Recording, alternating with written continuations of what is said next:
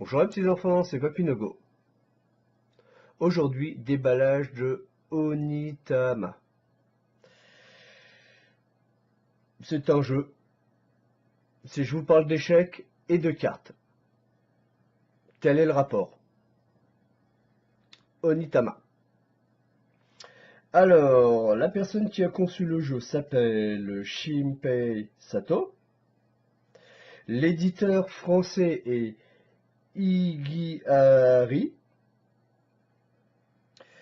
Donc c'est pour 2 joueurs, c'est un duel qui sera livré, pour des parties d'environ 15 minutes, et à partir de 14 ans. Donc sans plus attendre, accompagné du grand frère de Tutorman, Tutorman. Alors je tenais à remercier Martin, un ami youtubeur qui m'a fait découvrir ce jeu par le biais de sa chaîne. Et curieux comme je l'étais, j'ai surfé sur le net et l'impression que j'en avais eue était bonne. Donc j'ai tenu à acquérir ce jeu. Parce que si vous vous souvenez de ma vidéo de présentation, j'avais parlé de mon petit papa avec qui je pourrais enfin faire un jeu qui l'intéresserait. Donc voilà. Alors déjà, moi le design de la boîte, je le trouve super. C'est un effet japonisant. Et hop. Et hop. Jusque là, tout va bien. Ici, ils ont pensé à vous mettre le guide, les règles, voilà. Alors, on a vraiment l'impression d'avoir un petit truc comme ils seraient capables de nous le faire au Japon. Limite, il y aurait des kanji à la place, ça serait super joli. Donc, présentation de la liste du matériel ici. La mise en place. Voici. Ok, après, il y a 1, 2, 3, 4, pas plus. Ouais, pas plus de 4 pages de règles. C'est bien aéré. Il y a de jolis graphismes. Voilà, c'est ce que je pourrais dire. Est-ce qu'ils auraient pu faire un dépliant? Peut-être. Mais là, le fait que ça soit un livret, moi, j'apprécie vraiment. Première petite chose. Moi, ce que j'aime bien, c'est la petite boîte, là. Allez hop, je vais vous refaire un peu, dirons-nous, bavé. Vous avez vu un peu ce petit motif là, tout japonisant. Et c'est quand même de bonne qualité, hein, c'est du solide. Hein. Voilà. Non. Autant pour moi. Voilà.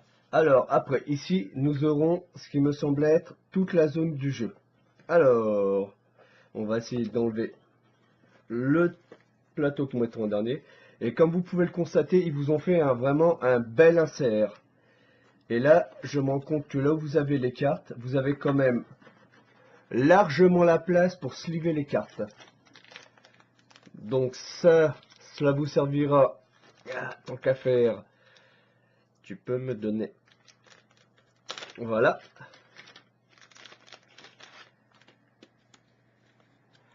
Alors là, nous avons diverses petites cartes, ça ce sont pour les rouges, d'un côté.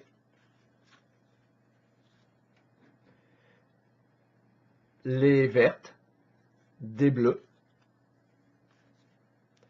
Moi j'avoue, j'ai les dessins, les kanji, franchement, on est vraiment dans un esprit que j'apprécie.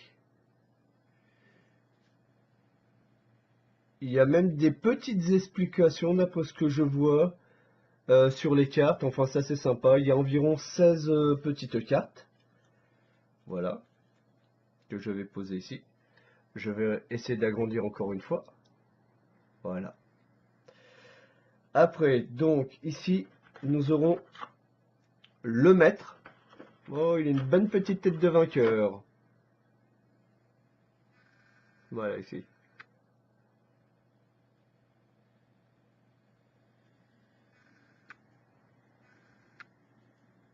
Qui sera comme votre roi aux échecs. De même, le deuxième maître. Pas de jaloux.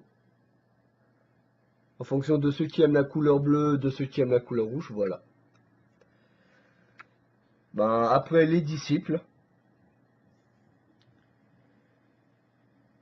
Donc, à mon avis, en peignant les figurines, vous obtenez quelque chose de vraiment très agréable, hein.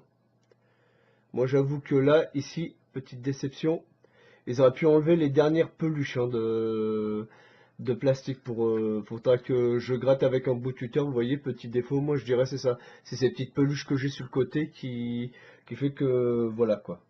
Donc vous avez quelques petites filles, 4 petits disciples. Et pour les bleus, ben c'est pareil, hein.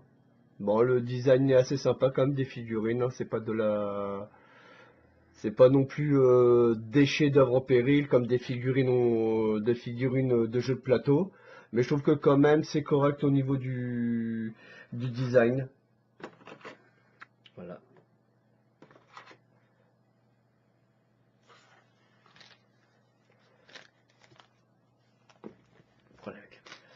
Maintenant, le petit tapis de duel.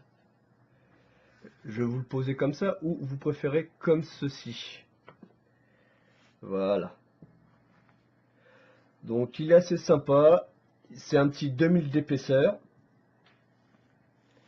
Là, vous aurez votre zone d'affrontement.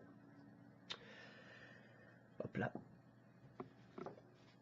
C'était le petit déballage de Onitama. Et je reviens dans quelques secondes pour faire la fameuse mise en place. A de suite.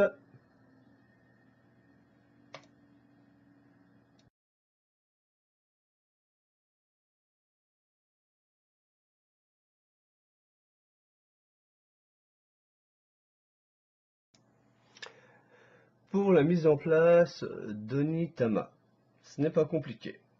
Là, vous avez le temple bleu. Là, vous avez le temple rouge. Sur le temple, vous mettrez chaque grand maître. C'est pas compliqué. Le grand maître par rapport aux autres figurines de la couleur est un peu plus grand. Et surtout, il a une barbe et des cheveux longs. Les disciples, ils sont petits et ils sont chauves. Donc vous posez le grand maître ici, au niveau du temple, et chaque disciple, de part et d'autre du grand maître, deux de chaque côté. De là, deux ici. De même pour l'autre couleur. Hop, hop. Je viens de sliver mes cartes, tant qu'à faire, hein, et elles rentrent slivées.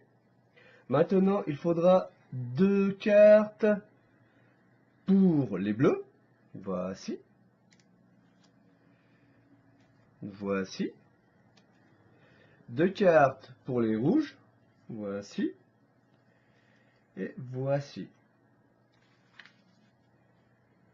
Alors, d'après ce qu'il est dit, et je pose une carte ici, face visible. Voilà. Là, nous avons effectué la mise en place. Je reviens dans quelques minutes pour vous expliquer les règles. A de suite.